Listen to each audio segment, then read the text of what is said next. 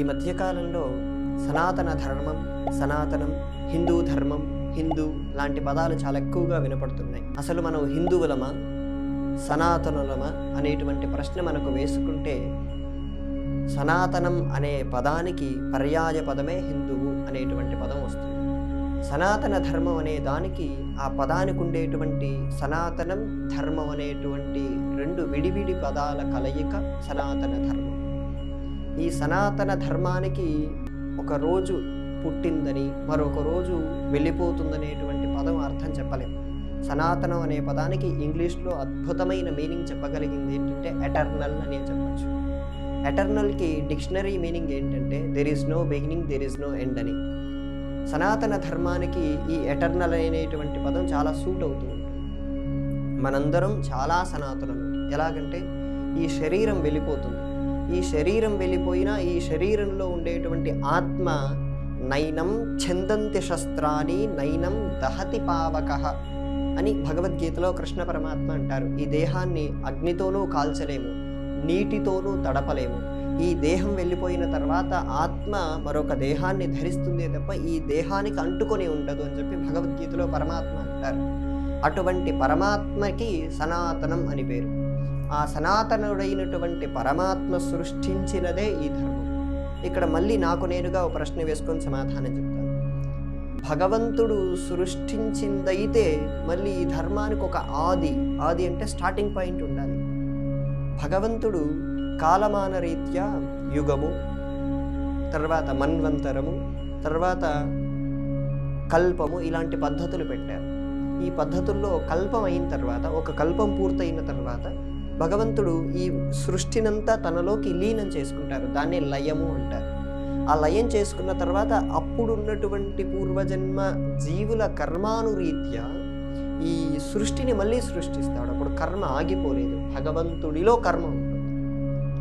ఇలా ఈ సనాతనం అనేటువంటి ధర్మం శాశ్వతమైనది. సనాతనం అనే పదానికి ఎప్పటికీ పుట్టనిది, ఎప్పటికీ వెళ్ళిపోనిది, శాశ్వతమైనది, ఇలా కొన్ని లక్షల అర్థాలు చెప్పవచ్చు.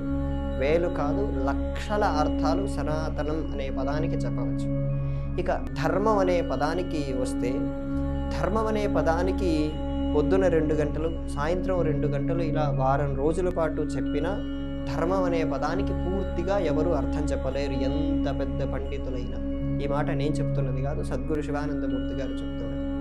ధర్మం అంటే వృత్తిరీత్యా చాలా ధర్మాలు ఉంటాయి, కులం రీత్యా చాలా ధర్మాలు ఉంటాయి, వ్యక్తి రీత్యా చాలా ధర్మాలు ఉంటాయి. ఉదాహరణకు నేనే ఉన్నాను.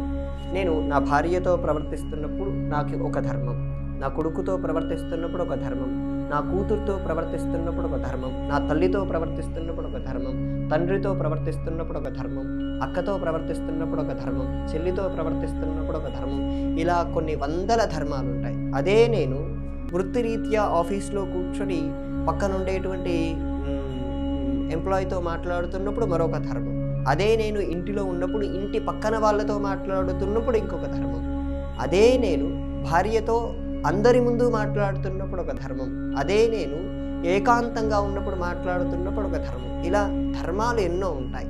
ఆ ధర్మ స్వరూపం ఒకటే. దీన్ని సనాతన ధర్మం అంటారు.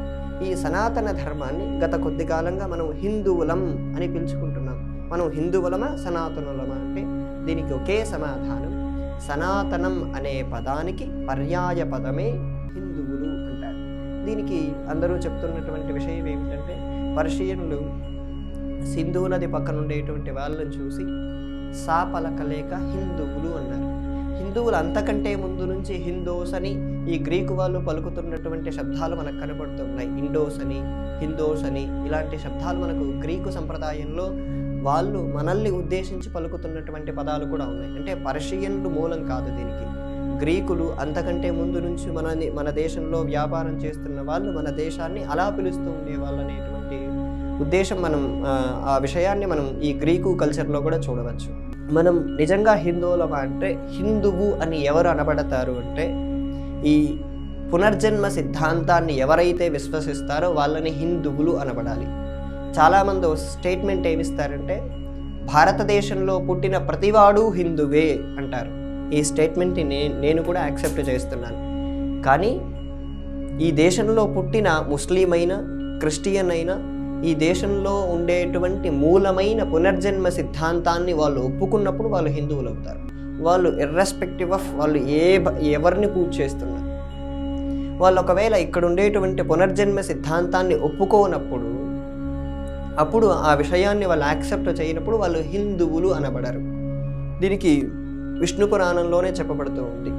మనకు సముద్రాల నుంచి ఆ పర్వతాల నుంచి ఈ మధ్య భాగంలో సరస్వతి దృషద్వతి నదుల మధ్యలో నివసించే వాళ్ళని హిందువులు అనబడతారని చెప్పి మనకు విష్ణు పురాణంలోనూ కనపడుతుంది. వాళ్ళని భారతీయులు అంటారని కూడా విష్ణు పురాణంలో కనపడుతుంది.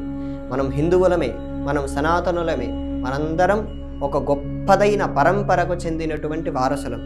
ఈ వారసులైనటువంటి మనము సనాతనులైనా చెప్పుకోవచ్చు, హిందువులైనా చెప్పుకోవచ్చు.